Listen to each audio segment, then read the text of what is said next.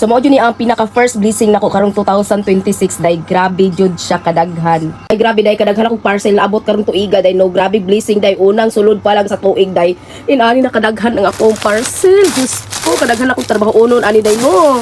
So na oy kadaghan ani day, oy ubay jud akong trabaho unon ani day ay. Pero sige lang, thank God kay nakoy mga blessing nga inani nangabot ba. Table day is napa koy wa na human kay lagi day mag-open magug ko og parcel day sa kadlaw is 5 jud nakabuk product nga ma-promote nako. So mao panitanan ang naa diri day nga wa pa na promote day. Just mio, marimar maning kamot ta ani day, no. Mo nang wasa ko nang riban, no, kay daghan kay ko parcel nga kailangan ako unahon. Mo nang pag-relax sa mga piling gwapa ha, kay diri sa ako mag-focus karon day kay di na ni matabang.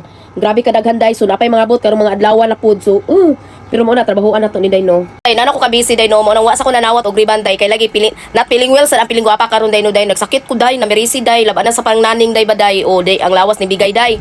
Dayon karon ang parcel nagtagad na ko day hasta pang daghana. So kailangan ka po na ko nang trabahoan kay lagi day blessing na siya day gikan sa Ginoo day, no. Kay mo nay pinaka blessing nako karong niabot karong tuiga day. So daghan kayo. And mga unta og balanghoy day. Kuha ni Paderland ay hinatag ni Paderland din, no, kay nakauli mi gahapon or atong niaging adlaw sa bukid. So iya kong gipadala og balanghoy day din akong giluto, akong gilatikan day punik kamay. So lami kay maniud tuta day kay karon pa ko ning kaon day kay lagi ning inom man gud ko pawala sa gana sa kaon day, no, day. Mao nang dili kay wala kay kun nagkaon karon day, wa ko nag craving. So mo na akong ginainom day uday para mawala kong gana sa kaon. Ug mao ra day to no bay mo